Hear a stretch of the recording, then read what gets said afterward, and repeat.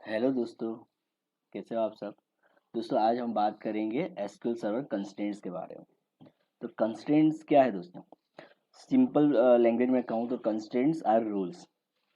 वो टेबल और टेबल या तो टेबल के कॉलम्स पे अप्लाई होते हैं। क्यों अप्लाई होते हैं? क्योंकि हम चाहते हैं कि भाई इस कॉलम में पर्टिकुलर कॉलम में क्या वैल्यू स्टोर हो, वो हम रेस्ट्रिक्ट करना चाहते हैं। हम चाहते हैं कि यूज़र कोई भी वैल्यू वहाँ इंसर्ट कर ना सके। जो रूल्स अप्लाई करे हैं वो फुलफिल हो तो ही वो वैल्यू वहाँ पर इंसर्ट हो।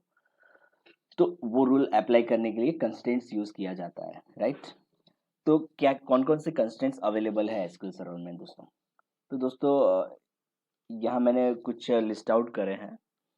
तो एक तो है प्राइमरी की कंस्ट्रेंट, राइट। तो दोस्तों प्राइमरी की कंस्ट्रेंट ऑलरेडी हमने देख लिया है, राइट।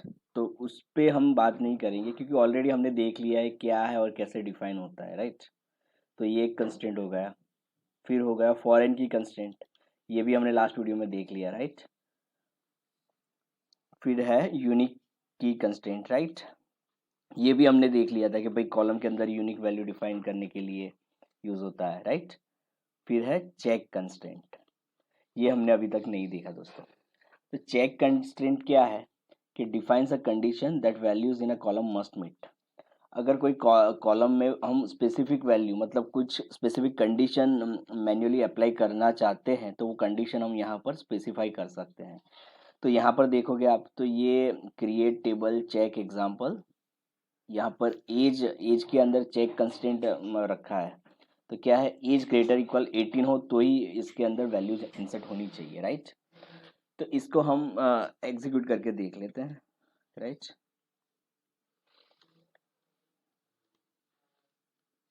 ये हमने पेस्ट किया। ये क्रिएट टेबल की डेफिनेशन है, right. Check example ID integer age integer check age greater equal 18। अगर एज अगर इंसर्ट स्टेटमेंट में अगर एज ग्रेटर देन 18 होगा तो ही वो इंसर्ट करेगा, अगर कम होगा तो वो इंसर्ट नहीं करने देगा, राइट। तो पहले तो ये टेबल बना लेते हैं, राइट। टेबल बन गया है। रिफ्रेश करते हैं इसको। रिफ्रेश हो रहा है। ओके, ये रिफ्रेश हो गया। और एज है।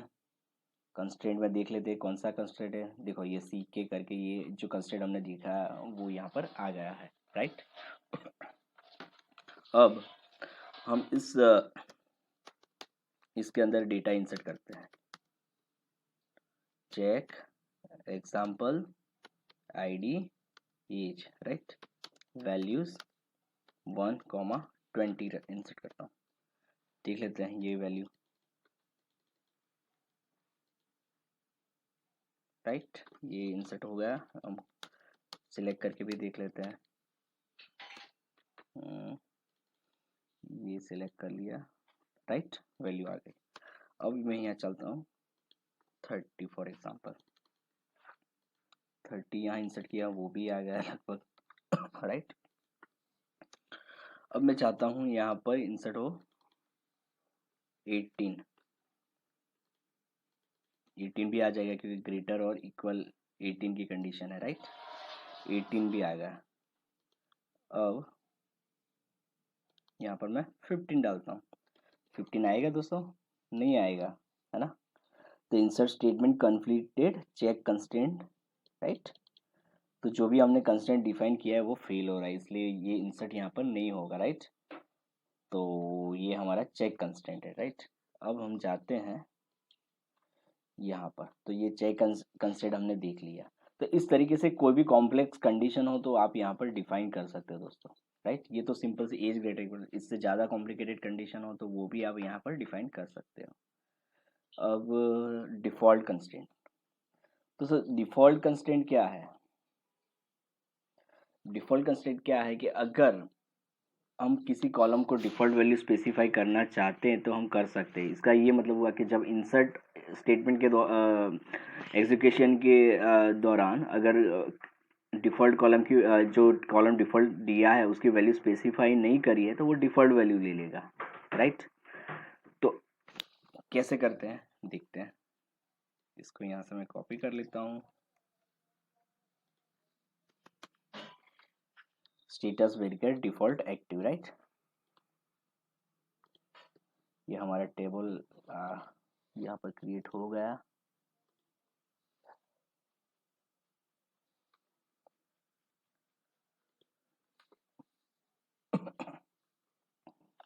ये यहाँ पर हमारा डिफॉल्ट एग्जाम्पल और ये हमारे कॉलम आ गया, राइट।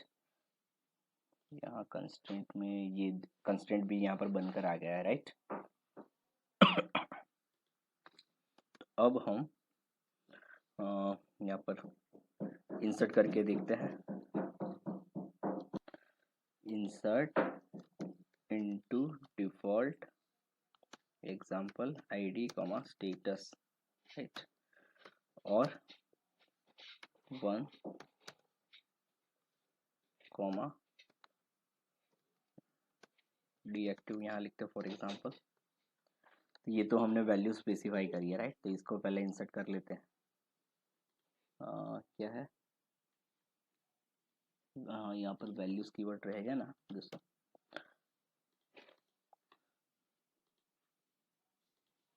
राइट, अब यहाँ इसको वापस कॉपी करके यहाँ कर।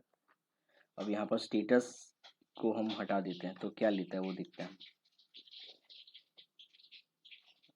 2, राइट, राइट। अब सिलेक्ट करके देखते हैं कि क्या वैल्यूज है।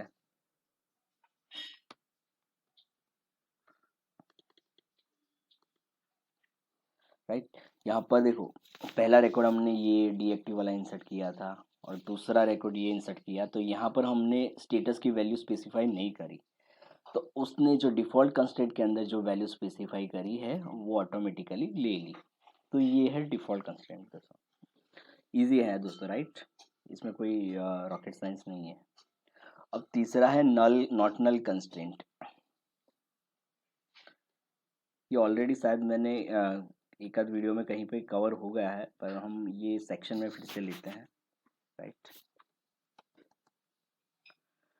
अब नॉट नल कंस्ट्रेंट क्या है दोस्तों, अगर किसी कॉलम को हम ऐसा स्पेसिफाई करना चाहते हैं कि भाई वहाँ पर नल वैल्यू इंसर्ट ना हो, तो उस केस में नॉट नल कंस्ट्रेंट यूज़ किया जाता है। तो यहाँ पर ये नेम कॉलम है, उसको हमने नॉट नल बनाया है। अगर developer by mistake insert statement लिखता है और उसमें इस कॉलम को स्पेसिफाई नहीं कर रहा है, तो ये एरर देगा, राइट, क्योंकि ये इस कॉलम की वैल्यू स्पेसिफाई करनी जरूरी है क्योंकि उसको नॉट नल डिफाइन किया है, राइट। तो यहाँ पर लिखते हैं insert into not null example ID name values 1 test, right. ये तो वैल्यू हमने स्पेसिफाई करी है, तो ये तो एग्जीक्यूट हो जाएगी। क्या हुआ, इंसर्ट इनटू, ये हमने टेबल क्रिएट नहीं किया क्या, कर लेते हैं। ओके, यहाँ रिफ्रेश भी कर लेते हैं।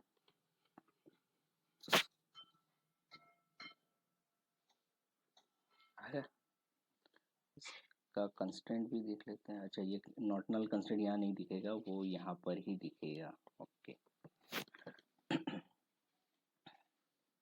राइट, एक रो इंसर्ट हो गई। दूसरी रो भी देख लेते हैं। यहाँ नेम को हटा देते हैं, तो ये इंसर्ट होगा दोस्तों, नहीं होगा।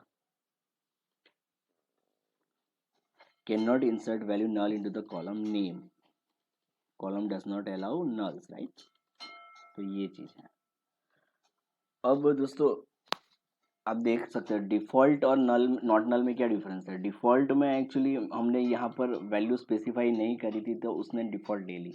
और नॉट नल में क्या है कि हमने कुछ स्पेसिफाई नहीं किया, तो वो अलाउ नहीं करेगा, राइट। क्योंकि ऑब्वियस बात है कि भाई आपने नॉट नल डिफाइन किया है, तो आप विदाउट वैल्यूज उसको इंसर्ट नहीं करा सकते, राइट।